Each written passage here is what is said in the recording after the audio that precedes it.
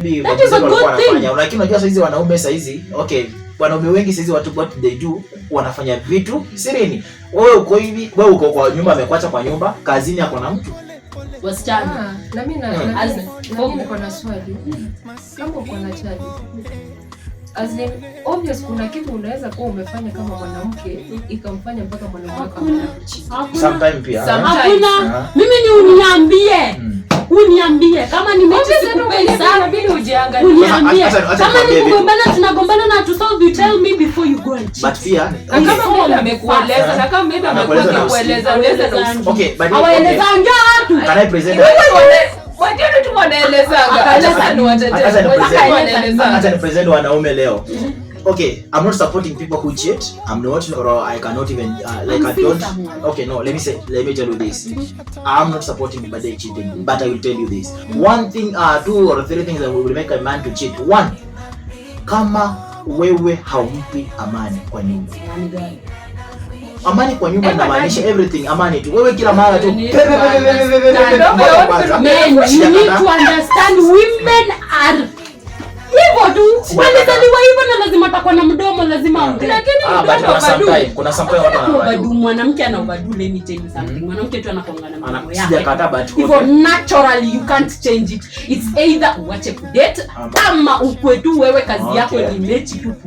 Full stop. Na uambiange watu unaenda ngamechi. Lakini if you want to date seriously, you need to understand the weakness of a woman in mdomo. Number 1. Hiyo iko. Eti nagi wanawake wanao. Nimesoma lesson. Mwanamke lazima kuwe na drama. Okay, kuna wale huyu nyama. Na majority of them ni ngumu sana kutoa kitu ndani yake. Have you ever noticed hata kiko na shida hauwezi jua. So tuseme hivi.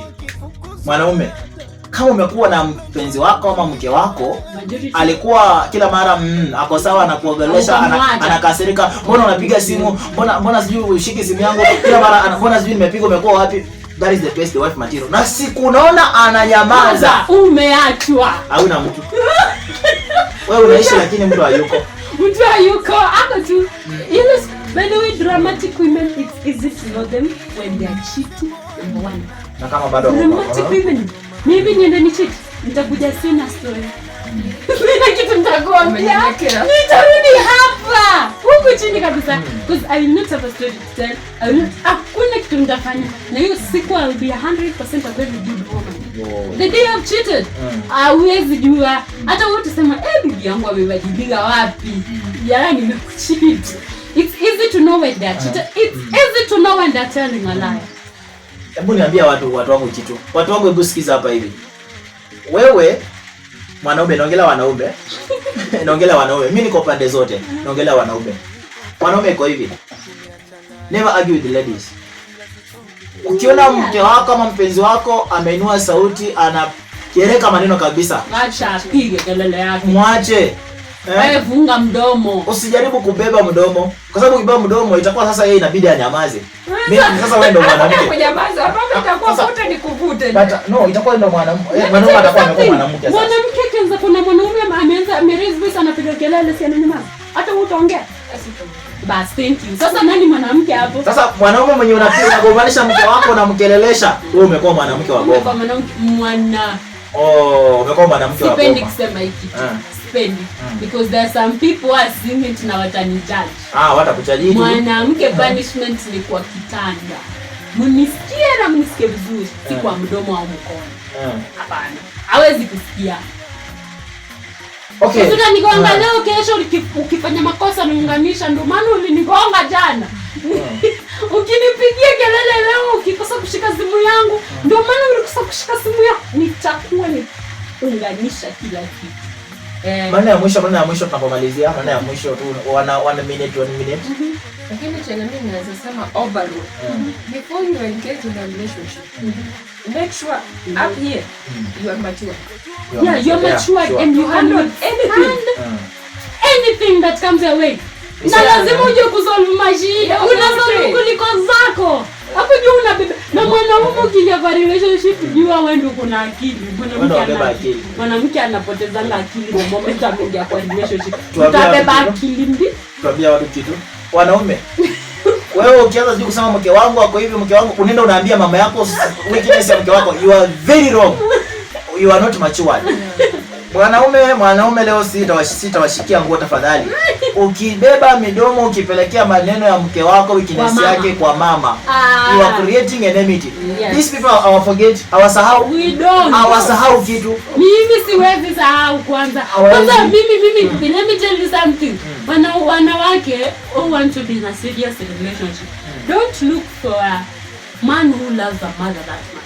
Ati mimi tunataka kufanya kitu fulani mama. Wacha tueleza mama. Hiyo mama atasema. Mami ataamua. Hamtai progress, hamtai prosper. Alafu upate mama anakuchukia. Kwisha. Na ukisema anakuwa na mashida. Mama anaweza kuchukia nyingine mbaya. Upate mama anakuchukia.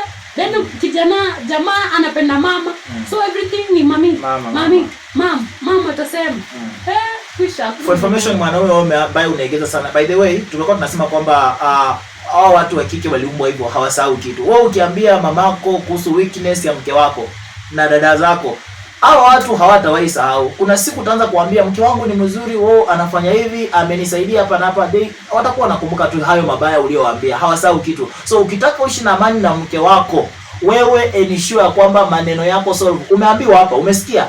Ukishaoa akili mbili unadili nayo. Una akili mbili kweli. Yako? Una dili na yangu na yako mwenyewe. Utakuwa unapiga hesabu zako na unapiga zangu. Ni mtoto umemleta pia kuleta mtoto. Shida zako na utasolve shida zetu. Yeah, as a man. But if you are not ready to solve our problems, na ukiendelea kuongeza sana kwa kila kitu unataka consult mama yako, my brother, you will never succeed in this life.